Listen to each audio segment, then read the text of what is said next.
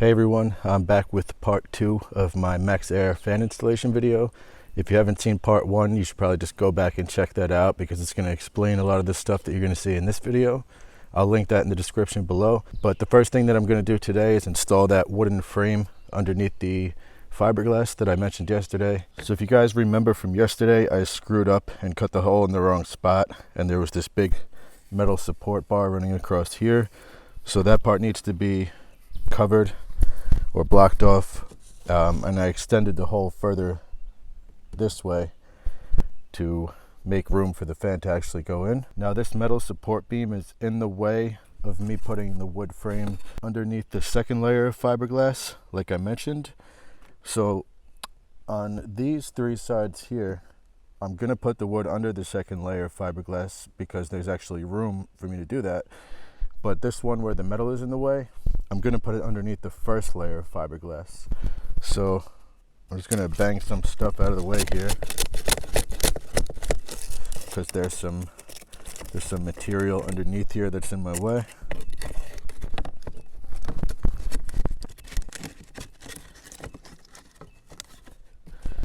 And now that I have room, I'm just gonna screw this into place.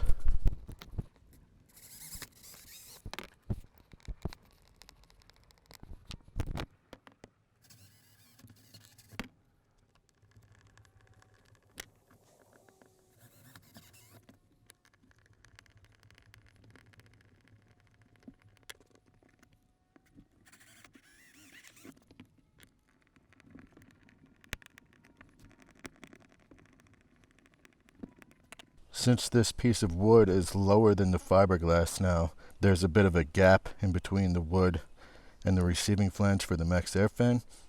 So that could cause a problem, but I'm hoping that if I layer butyl tape across here, and maybe I just layer it 2 layers high, it might be able to fill up that gap before I seal it off with sealant.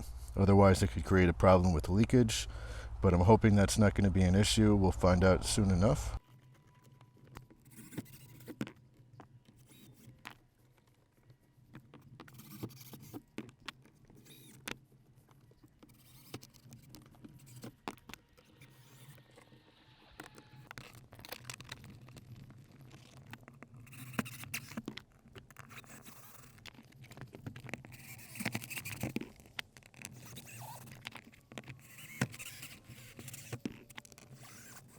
Okay, so I got 3 pieces now, 3 pieces of wood installed in the roof. I have one left, this 24-inch piece. It needs to fit in between the other 2 pieces though, so I'm going to have to cut this down to hopefully exactly 14 inches. And then once it's cut down, it should fit in between the other pieces, and that will be all 4. Now, for anybody out there who's not a moron like me, and you're trying to do something like this with a wooden frame to add support, just keep in mind that the way that I'm doing this is really not correct. If you're going to build a square frame to add structural integrity, you basically want the square frame to be all one piece. You kind of want to piece it together as one, and all 4 pieces should be connected. This way, when you screw the screws into that square frame, when force is applied to one of those screws, that force should be evenly distributed across the entire square to reduce the impact and reduce the chances of your fiberglass cracking. The way that I'm doing it, none of them are really connected to each other. They're all kind of just screwed in one by one on their own. It's still going to add a lot of integrity and make it harder for the fiberglass to crack, but it's not as ideal as it could be. So just keep that in mind if anybody out there is going to replicate this.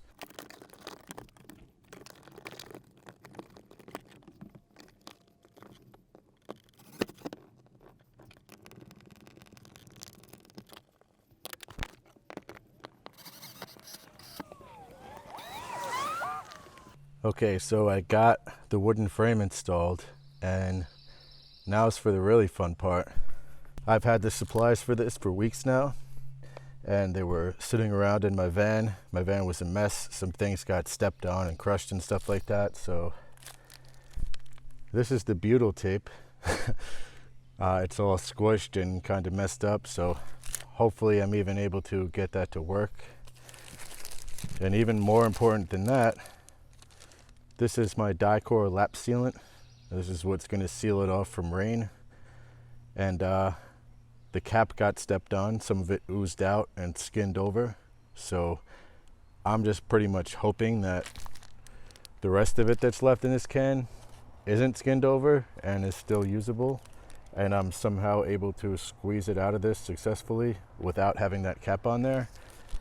Yeah, pretty much everything I do is a disaster, and don't do things the way that I do them, but I'm cheap, and I'm just gonna try it this way and hopefully it works. So I guess we'll find out soon enough, huh?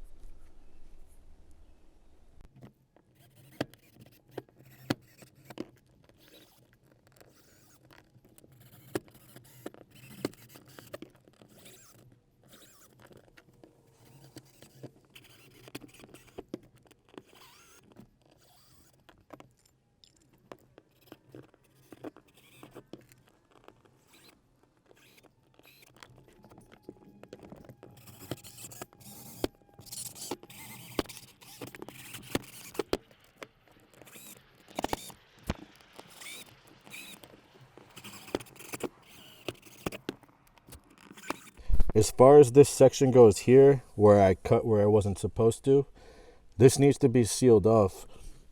I still have some fiberglass left from what I cut off of the roof, so I'm thinking if I cut a rectangle out of this fiberglass, I might be able to just shove it right in here and then use some lap sealant around the edges of it to seal it off from water, and then I could put a couple of screws into the fiberglass and into this wood just to secure it into place. And one other option I'm thinking is I could lay butyl tape across this entire piece of wood right here and then put the fiberglass on top of that and then seal it off around the edges. But either way, I think I'm going to use fiberglass to cover this back up. I cut this piece of fiberglass. It's not perfect, but I plan to use it to cover this spot over here like this. I'm going to put down some butyl tape all across this area. Then I'm going to lay the fiberglass on top of it. I'm going to screw it in, and then I'm going to use lap sealant around everything, including the fiberglass and the whole receiving flange for the MaxxAir fan. And the screws, pretty much everything that might let water come in is going to get lap sealant on it.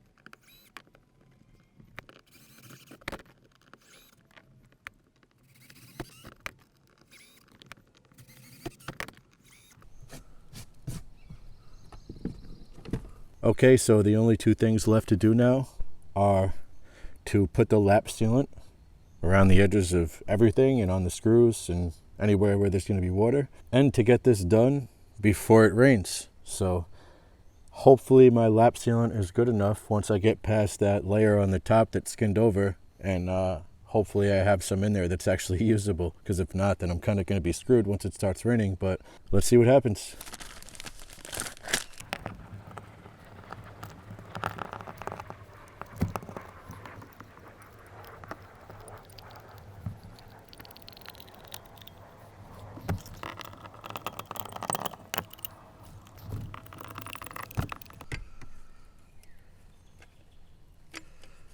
Okay, the tube is empty and I got a little bit left, and I need to cover the screws, so I'm gonna go get some kind of tool and see if I can spread this around a little bit before it's fully skinned over.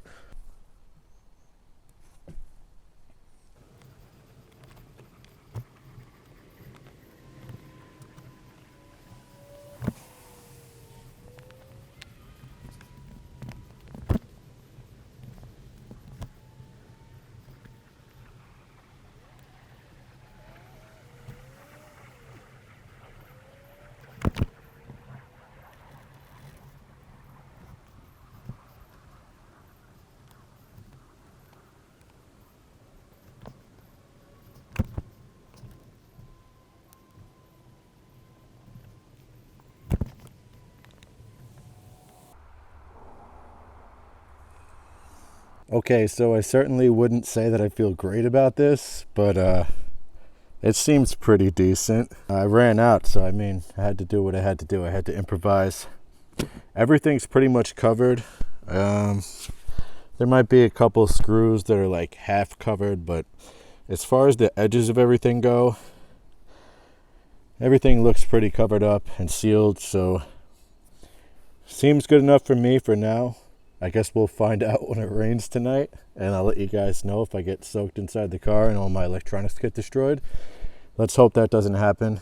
But yeah, I'm gonna let this skin over for like an hour before I finish installing the fan. All I have to do at this point is just take the fan and literally just place it into this flange, and then I just have to screw in 4 screws. But aside from that, this is done. So I guess I'll be back in a little bit when this skin's over. Okay, I'm done. I didn't bother showing the final part because all I needed to do was put 4 screws in the side of the fan, so I didn't really think that was interesting enough to record it for you guys. However, I do feel the need to mention the screw holes on the side of the fan do not align properly with the screw holes on the side of the flange that the fan goes into. I looked this up online and I found like a lot of stories of people saying the same thing.